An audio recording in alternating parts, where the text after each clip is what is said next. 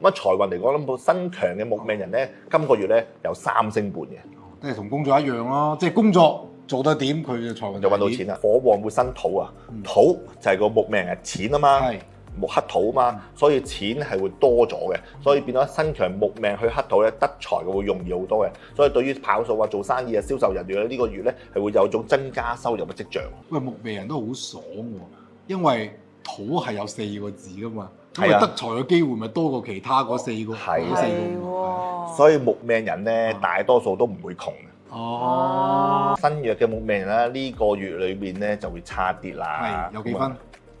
兩仲少過兩個。呢個月木土咧，因為生金啦，金就會克翻個木啦，所以呢個年支嘅巳火有2個啊嘛，火又太旺，又會克蝕交加，咁啊，所以變咗呢個月咧有種火多土焦嘅情況，所以有種煩錢嘅情況。咁啊開支又大咗，又甚至乎投資又失利，同埋會輸錢。